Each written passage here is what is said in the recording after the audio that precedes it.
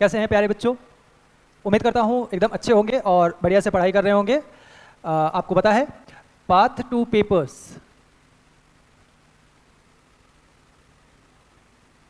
Path two papers की तरफ से आपके लिए एक सीरीज चलाया जा रहा है for class 11 part 2 CBSE 11th। ठीक है, और हम इस सीरीज में अभी कर रहे हैं macro economics, sorry not macro economics, 12th का ध्यान रह जाता है यार। क्या कर रहे हैं? Micro economics. और माइक्रो इकोनॉमिक्स का ये हमारा तीसरा क्लास है। हमने इससे पहले इंट्रोडक्शन देखा, हमने इससे पहले पीपीसी देखा। अब पीपीसी पे बेस्ड हम आज कुछ क्वेश्चंस करने वाले हैं। कैसे क्वेश्चंस होते हैं या कैसे एग्जाम्स में पूछे जाते हैं, तो इस तरह के क्वेश्चंस हम आज देखने वाले हैं। तो इसमें बच्चे दो टाइप के क्वेश्चन होते हैं। एक होता है न्यूमेरिकल,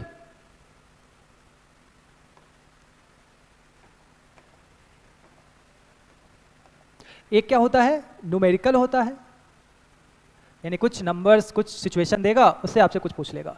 दूसरा होता है value based theory.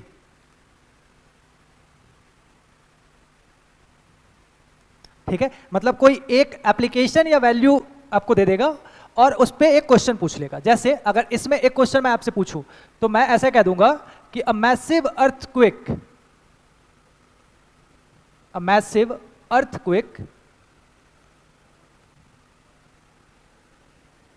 causes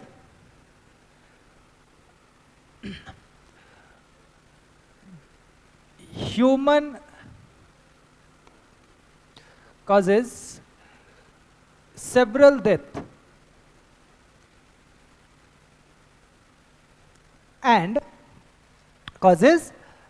death and loss of resources।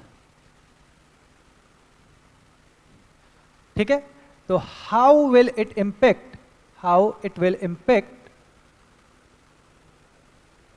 PPC को कैसे इंपैक्ट करेगा ये? चलो वेरी गुड।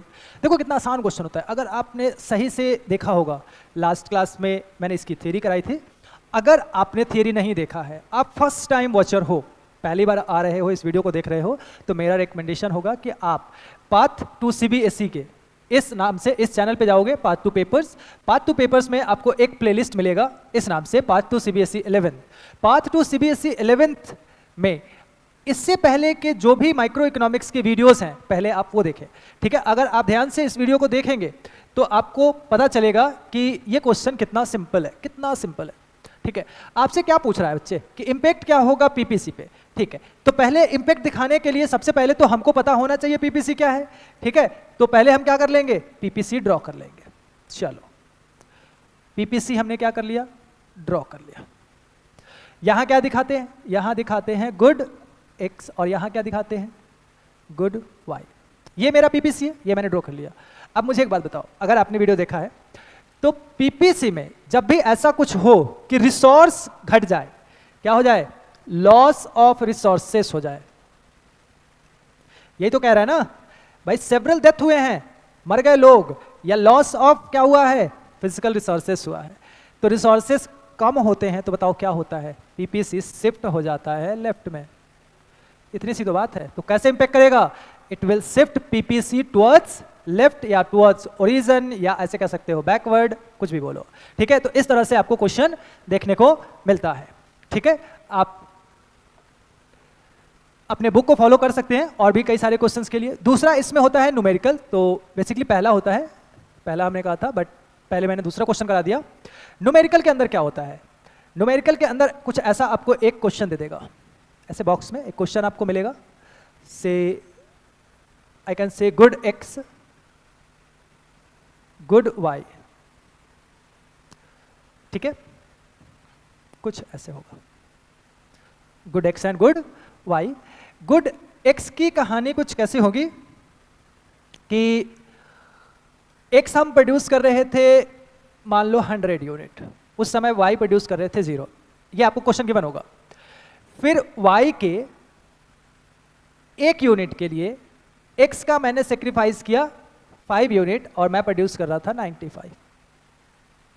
ठीक है, एक और यूनिट प्रोड्यूस करूंगा मैं, x का 2, सॉरी y का 2, तो जब y का 2 प्रोड्यूस करूंगा तो मैं कहता हूं कि चलो ये 85 प्रोड्यूस कर लिया मैंने, y का मैंने 3 प्रोड्यूस किया, मैंने कहा चलो ठीक है देखते हैं, मैंने 70 प्रोड्यूस कर लिया, थोड़ा और बड़ा कर देते हैं, y का मैंने 4 प्रोड्यूस किया तो मैंने 50 प्रोड्यूस किया, y का मैंने 5 प्रोड्यूस किया तो मैंने 25 प्रोड्यूस किया, और y का जब मैंने 6 प्रोड्यूस किया तो मैंने 0 प्रोड्यूस किया। ठीक है, से आई कैन से 26 बोलता हूँ। फॉर अ मोमेंट मैं अपने सहूलियत के लिए कुछ है, इसके लिए मैं इसको क्या करूँगा 26 एंड देन 0। तो इस तरह से आपको एक क्वेश्चन दे दिया। अब आपसे कहता है कि बता दो भाई कि क्वेश्चन क्या होगा, कमेंट ऑन शेप।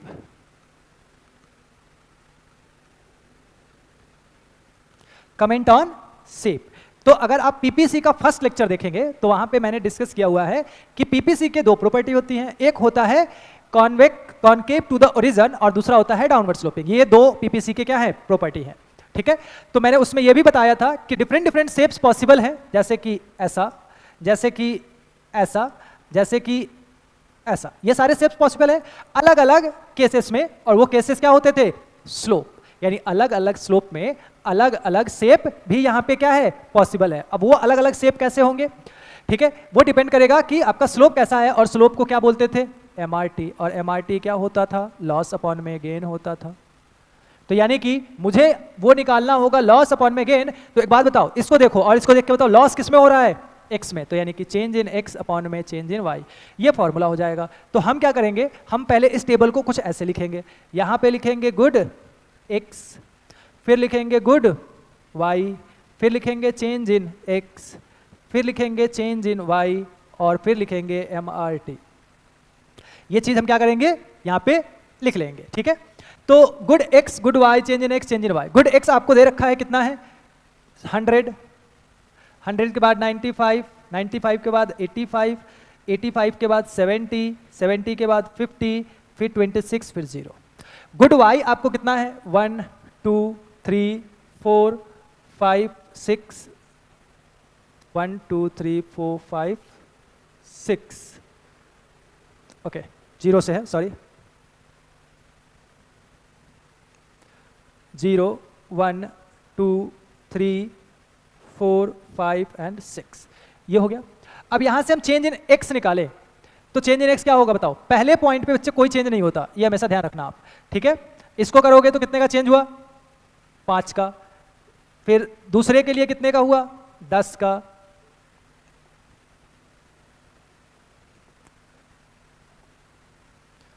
कहाँ गायब हो रहा है भाई, दिस इज 5 का from here, let me just give me 1 minute, 1 second अभी करके देता हूँ, लाइन का बहुत कंफ्यूजन हो रहा है, इसको अपन ऐसे कर देते हैं।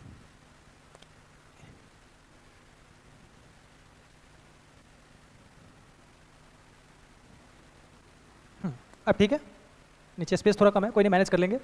ठीक है, सो अगर यहाँ पे हम बात करें तो कितने का चेंज है 5 का, यहाँ से करोगे तो 10 का। कैसे आएगा चेंज, इसमें से इसको माइनस कर देंगे, ठीक है, तो 10 का। ये एब्सोल्यूट होता है तो ऐसा कोई फर्क नहीं पड़ेगा, माइनस प्लस का कुछ मतलब नहीं है यहाँ पे।